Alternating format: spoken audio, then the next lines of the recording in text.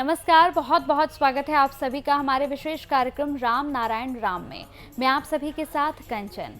राम नारायण राम ये ऐसा कार्यक्रम है जिसके माध्यम से आपके जीवन की तमाम समस्याओं का समाधान हो जाता है। समाधान सिर्फ सुनकर और तमाम ज्ञान की बातों से प्रेरित होकर अपने जीवन में उन ज्ञान की बातों को लाकर अगर आप अपने जीवन को आगे बढ़ाते हैं तो निश्चित रूप से आपके जीवन में बदलाव होगा और जिस एक असमंजस के दुविधा की स्थिति में आप हैं वो दुविधा और असमंजस भी समाप्त हो जाएगा। आज का हमारा जो ये पूरा एपिसोड है, पूरा कार्यक्रम है, ये भी बहुत विशेष होने वाला है क्योंकि इसमें भी हम आपको दोनों ही भाषा में यहाँ पर प्रेसिडेंट के विचार आपको बताएंगे। वो बंगाली में यहाँ पर आपको अपने खुलकर यहाँ पर उपदेश देंगे, विचार बताएंगे कि आखिर यहाँ पर संतान दल क्या है। तो चलिए कार्यक्रम को आगे बढ़ाते हैं। हमारे साथ संतान दल के प्रेसिडेंट हैं यहाँ पर शंकर सरकार जी और खास मेहमान संगीता मुखर्जी जी। बहुत बहुत स्वागत है आप लोगों का। राम नारायण राम नारायण राम। तो कार्यक्रम को आरंभ करते हैं। प्रेसिडेंट जी से पहले हम बात कर रहे थे पहले एपिसोड में कि संतान दल आखिर क्या है। संतान दल के बारे में आप बता रहे थे कि बाल ब्रह्मचारी जो है उन्होंने कैसे इसकी शुरुआत की, कैसे वो इसे आगे बढ़ाकर लेकर आए। तो उसी को हम कंटिन्यू करते हैं। जवाहरलाल नेहरू যখন প্রধানমন্ত্রী ছিল তখন বারেন ঘোষের মাধ্যমে জওহরলালের কাছে নিয়ে যায় বাল্লভ ব্রহ্মচারীকে। তখন বাল্লভ ব্রহ্মচারীকে জিজ্ঞাসা করেছিল জওহরলাল নেहरू, आप নেতাজির সম্পর্কে আপনি অনেক বক্তব্য রাখেন, আমার কাছে খবর আছে আপনি নেতাজি এখন কোথায় আছে। কারণ তখন নেতাজি আউট অফ ইন্ডিয়া, তিনি প্রকাশ্যে আসতে পারছেন না। प्रेसिडेंट जी का कहना है कि जवाहरलाल नेहरू ने बाल ब्रह्मचारी को बुलाया था। उनको अपने पास बुलाने के बाद जो हमारे प्रधानमंत्री, एक ही कारण था। हाँ, एक ही कारण था। उन्होंने उनसे बुलाकर पूछा कि आप सुभाष चंद्र बोस जी के बारे में सब कुछ जानते हैं, कहाँ है। वो उनसे पूछ रहे थे कि तुम्हें, आपको मालूम होगा कि वो कहाँ पर हैं, आपका उनसे बहुत ज़्यादा संपर्क भी है, ये मुझे खबर मिली है, तो आप बताइए कि सुभाष चंद्र बोस कहाँ पर हैं। তখন নেতাজি সুভাষ বোস সম্পর্কে বললেন জওহরলালকে, বাল্লভ ব্রহ্মচারী, যে আপনি কি চান নেতাজি সুভাষ বোস এখানে আসুক। বলছে এ তো আমি একা সিদ্ধান্ত নিতে পারবো না, কারণ এর মধ্যে ইন্টারন্যাশনাল আমাদের, তারপর ভেতরকার কংগ্রেস পার্টি মন্ত্রিসভা এদের সঙ্গে বসতে হবে, আমি আপনাকে পরে জানাবো। बालक ब्रह्मचारी जी ने जवाहरलाल नेहरू जी से पूछा कि क्या आप चाहते हैं कि वो वापस आ जाए, आप जो इतनी पूछताछ कर रहे हैं। तो जब उन्होंने ऐसा पूछा तो उन्होंने यही जवाब दिया कि मेरे को फिर सबसे कंसल्ट करना पड़ेगा, एक मीटिंग रखनी पड़ेगी, उसमें हम डिसाइड करेंगे, फिर हम आपको। इंटरनेशनल समस्या আছে। हाँ, उनको वापस बुलाने में एक इंटरनेशनल इशू भी खड़ा हो सकता है, इसीलिए हम इंटरनल मीटिंग करके आपको बाद में बताएंगे। তো বাল্লভ ব্রহ্মচারী যখন ঘুরে কলকাতা চলে এলো দিল্লি থেকে, আসার পরের দিন ওখানকার চিফ মিনিস্টার ছিল প্রফুল্ল সেন, 500 পুলিশ ভ্যানে নিয়ে তাকে অ্যারেস্ট করলো তার আশ্রমে। বলো। जब वो वापस कोलकाता आए इस अपने दिल्ली दर्शन के बाद, तो जब वहाँ पे वेस्ट बंगाल के जो चीफ मिनिस्टर थे प्रफुल्ल सेन जी, उन्होंने सडनली 500 पुलिस फोर्स भेज के बालक ब्रह्मचारी जी को अरेस्ट करा लिया। और জিজ্ঞেস করছে যে বাড়ি সার্চ করেছে, কি আছে বাড়ির মধ্যে, টোটাল বাড়ি এ টু জেড সার্চ করেছে, করে নেতাজি সই করা 3টে ব্ল্যাঙ্ক পেপার ফরওয়ার্ড ব্লকে সই করা কাগজ আশ্রমে পেয়েছিল বাল্লভ ব্রহ্মচারী घर থেকে। जब 500 पुलिस ऑफिसर्स की फोर्स भेज के उनको अरेस्ट करने भेजा, उससे पहले इनका बालक ब्रह्मचारी जी का घर सर्च किया गया था। तो वहाँ पे उनको सुभाष चंद्र बोस जी के 3 ब्लैंक पेपर पे साइन किए हुए डॉक्यूमेंट्स मिले। फॉरवर्ड ब्लॉक का लेटर हेड, उनका लेटर हेड पे, फॉरवर्ड ब्लॉक के लेटर हेड पे। এবং তাকে অ্যারেস্ট করে নিয়ে যায়, সেই লালবাজারের লকআপে রাখে। লেডিস লকআপ আগে থাকতেই পরিষ্কার করে রেখেছিল, সেটা ধুয়ে মুছে পরিষ্কার করে রেখে ওই আলাদা করে ওই লকআপে তাকে রেখেছিল। तो ये तीनों चीज़ें मिलने के बाद पुलिस ने उन्हें अरेस्ट किया और उनको लाल बाज़ार के जो पुलिस स्टेशन में, पुलिस चौकी में, वहाँ पे उनको जो फीमेल वार्ड होता है वहाँ का एक वार्ड क्लीन करके, फीमेल लॉकअप, लॉकअप जो रहता है अंदर, उसके अंदर फीमेल लॉकअप में उनको, पूरा साफ सफाई करके हाँ, उसमें नया बिस्तरा फिस्तरा डाल के सब कुछ नया पानी गिलास सब দিয়েছে তখন ভালো পৌঁছে ওখানে আটকে রেখেছে। जी তারপরে ভালো পৌঁছে কোর্ট থেকে খালাস হয়ে যায়, মানে ছাড়া পেয়ে যায়, জিতে যায় मामला। उसके बाद कोर्ट में केस जाने के बाद बालक ब्रह्मचारी जी ये केस जीत जाते हैं और उनको रिहा कर दिया जाता है। जब जवाहरलाल नेहरू जी का अंत समय आया था तब उनके सामने बालक ब्रह्मचारी মৃত্যু जी ঠিক बिल्कुल 10 मृत्यु মিনিট से আগে लगभग 10 मिनट पहले बालक ब्रह्मचारी जी उनके सामने आके प्रकट हुए थे और नेताजी भी। और नेताजी भी, सुभाष चंद्र बोस जी भी। हाँ, তো নেতাজিকে দেখেই সাথে সাথে ভয়ে মারা গেছে জওয়াহরলাল। जब जवाहरलाल नेहरू जी के अंतिम क्षण थे, उन्होंने अपने सामने जब सुभाष चंद्र जी को देखा और तो- बालक ब्रह्मचारी का और देखा, बालक ब्रह्मचारी जी दोनों को साथ में देखते ही उनकी तभी तुरंत मृत्यु हो गई। स्ट्रोक हो गया। हार्ट अटैक उनको आ गया था और तभी उनकी मृत्यु हो गई। তো গুরুজি বলেছে যে নেতাজি সুভাষ বোসের সাথে জওয়াহরলাল নেহরু এবং কংগ্রেস পার্টি যা করেছে এই কারণে কংগ্রেস পার্টি এবং জওয়াহরলালের পরিবার শেষ হয়ে যাবে। बालक ब्रह्मचारी जी ने कहा कि जो भी नेहरू परिवार ने या जवाहरलाल नेहरू जी ने या कांग्रेस पार्टी ने जो भी नेताजी सुभाष चंद्र बोस के साथ किया, उसकी वजह से इनका पूरा परिवार का भी अंत होगा और कांग्रेस पार्टी का भी अंत होगा। আজ তাই ধারাপাতা চলছে। और ये तब की बात है और आज का दिन है और आज सच्चाई सबके सामने है। উনি আরো বলে দিচ্ছিল ঋষিতুল্য ব্যক্তি দুজন তিনজন এই দেশকে চালাবে। और बालक ब्रह्मचारी जी ने ये भी कहा था कि जैसे ऋषि मुनि होते हैं, उसी ত্যাগী পুরুষ, जो त्याग करना जानते हैं, उन्हीं को हम ऋषि या सन्यासी कहते हैं, वही लोग इस देश को चलाएंगे आगे जाके। আর এখন সেটাই প্রমাণ হচ্ছে ভবিষ্যৎবাণী মোদি আর যোগীর মাধ্যমে। जो भविष्यवाणी बालक ब्रह्मचारी जी ने तब की थी और आज वो सच्चाई सबके सामने है और वही हो रहा है, जो मोदी जी और योगी जी इस देश को चला रहे हैं। এবং বালব্রহ্মচারীর নেতৃত্বে সারা পৃথিবীতে এক জাতি, এক নীতি, এক ধর্ম, এক ভাষা, এক সম্প্রদায়, একান্নবর্ত পরিবার সৃষ্টি হবে। और उन्हीं के आशीर्वाद से ये जो पूरा देश है, ये पूरा जो विश्व है, एक बड़े जॉइंट फैमिली जिसको हम कहते हैं, उसी की तरह से मिलजुल के, ना उसमें जातिवाद होगा, ना धर्म का कोई बंटवारा होगा, एक बड़े परिवार की तरह मिलजुल के रहेंगे। এবং এটা খুব তাড়াতাড়ি হবে এবং ভারতবর্ষ সারা পৃথিবীকে পথ দেখাবে, রাস্তা দেখাবে। ভারতের কথা সবাইকে মানতে হবে। और ये बहुत जल्दी ही ये वक्त आने वाला है और भारतवर्ष ही सबको इस चीज़ में सबसे आगे मार्गदर्शन करते हुए सारे बाकी अन्य देशों को लेके जाएगा। সমস্ত পৃথিবীর রাষ্ট্রনায়করা, জনগণরা ভারতবর্ষের নেতৃত্বকে এবং মোদি যোগীকে মেনে নেবে। और बहुत जल्द ही ऐसा वक्त आने वाला है कि भारत का नेतृत्व पूरा बाकी विश्व मानेगा और उसका नेतृत्व हमारे देश में से योगी जी और मोदी जी ही करेंगे। যত ধর্ম তৈরি হয়েছে 7000 বছর ধরে কোনো ধর্মই থাকবে না।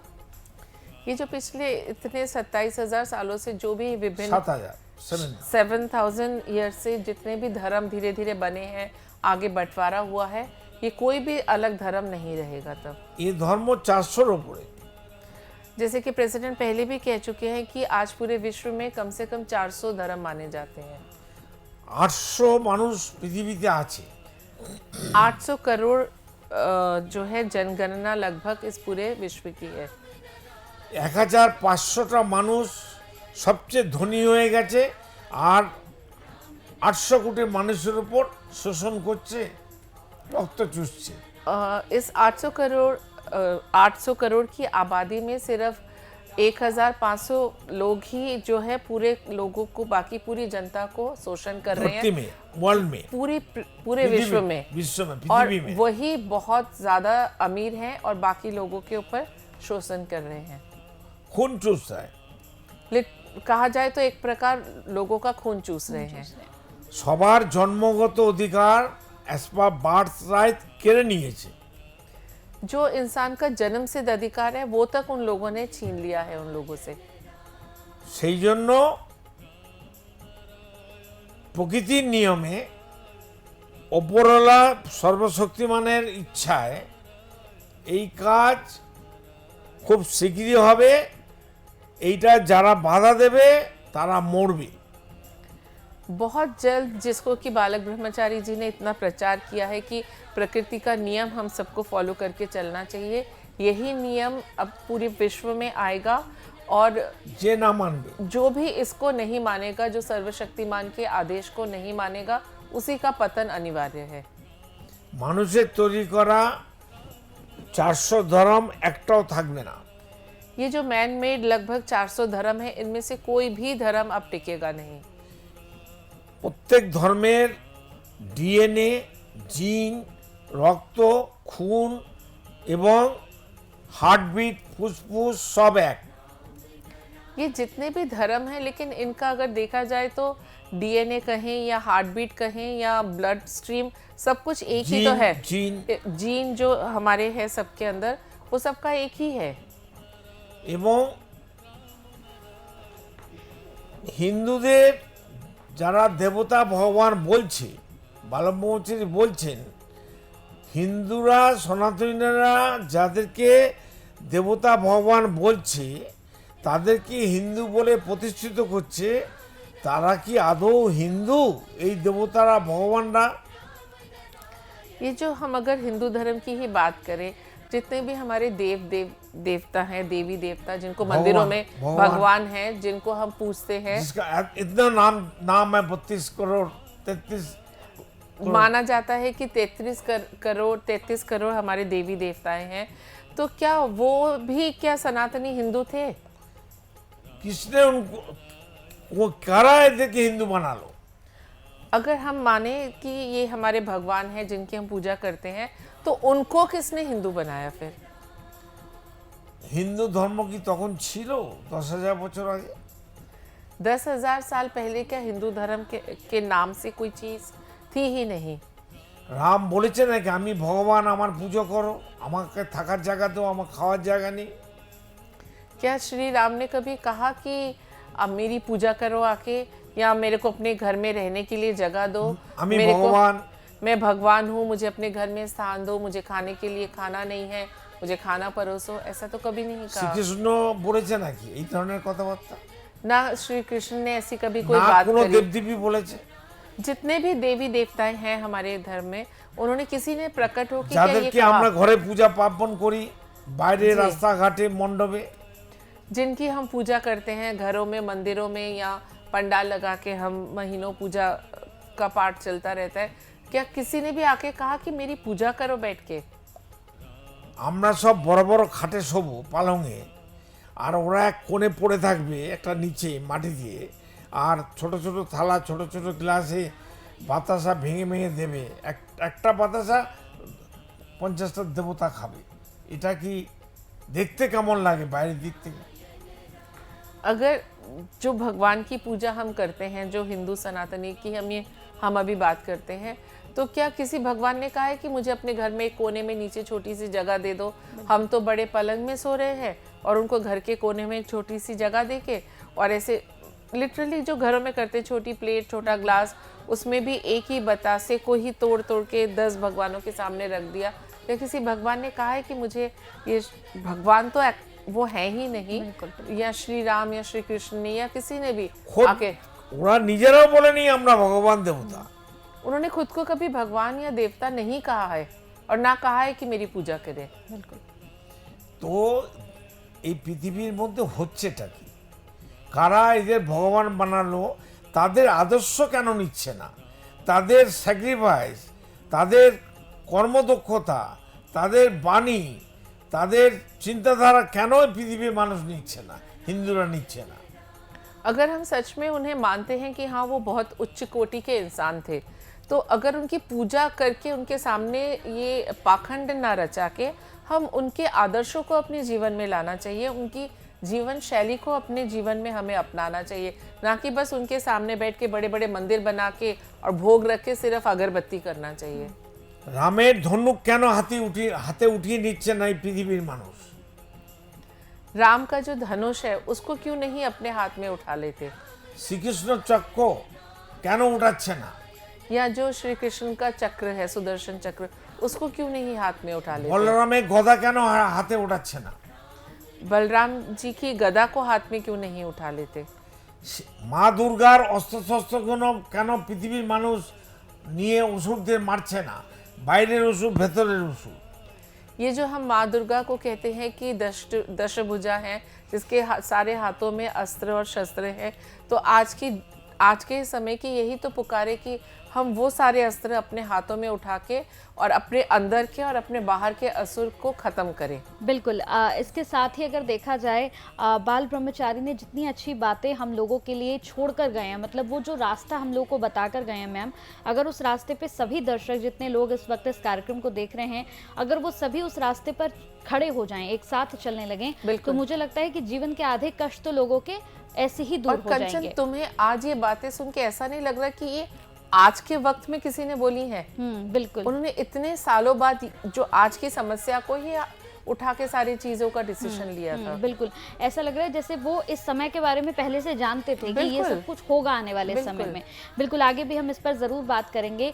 तो दर्शकों, आप ज़रूर कमेंट में बताइएगा कि ये एपिसोड, ये कार्यक्रम आपको कैसा लगा। क्या आप इस कार्यक्रम को देखकर इससे कुछ सीख रहे हैं या कुछ समझ रहे हैं, ये भी हमें ज़रूर बताइएगा। अगर आप संतान दल से जुड़ना चाहते हैं तो देखिए स्क्रीन पर नंबर्स भी लगातार हम फ्लैश कर रहे हैं। कोई धोखाधड़ी नहीं है, ऐसा नहीं है कि आप कॉल करेंगे, मैसेज करेंगे तो कॉल नहीं लगेगा।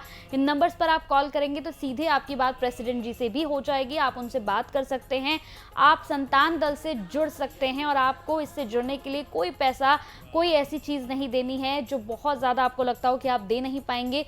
सिर्फ 1 रुपया देकर आप इसके मेंबर बन सकते हैं, आप इसके सदस्य बन सकते हैं और अपने जीवन के तमाम कष्टों को, तमाम परेशानियों को अपनी दूर कर सकते हैं। तो फिर से बता रही हूँ, अगर बात करना चाहते हैं तो जो नंबर्स फ्लैश हो रहे हैं इन पे कॉल कर लीजिएगा। टीवी चैनल पे लगातार नंबर्स फ्लैश हो रहे हैं, आप इस पर कॉल कर लीजिएगा। बहुत बहुत धन्यवाद आपका प्रेसिडेंट जी, मैम, बहुत बहुत थैंक यू। राम नारायण राम। आप देख रहे हैं हमारा खास कार्यक्रम राम नारायण राम शंकर सरकार जी के साथ राम नारायण रामशाह। यह एक महाध्वनि और बीज मंत्र है। यह सभी समस्या का संपूर्ण समाधान है। आप लोग इन्हें अपना के देखिए, मन और दिल में क्या प्राप्त हो रहा है। इस कार्यक्रम का विशेष उद्देश्य इसका प्रचार और प्रसार के साथ ही प्रत्येक मनुष्य की मुक्ति का मार्गदर्शन है और यह आपके दिल की बात है। इस मार्ग पर पुण्य और मुक्ति निश्चित है। इस कार्यक्रम के माध्यम से संतान दल द्वारा चलाए जा रहे श्रेष्ठ सेवाओं से जुड़कर सबके कल्याण के लिए इस नेक कार्य का हिस्सा बन सकते हैं और वृद्धाश्रम, गौशाला, गरीब और वंचित बच्चों की शिक्षा का भी सहयोग और समर्थन कर सकते हैं। संतान दल सबका एक ही परिवार है। अकाउंट नेम संतान दल, account number 266505000657, IFSC code ICIC 000265। पूरी तरह जानने के लिए आप संस्था के फोन नंबर पर संपर्क कर सकते हैं।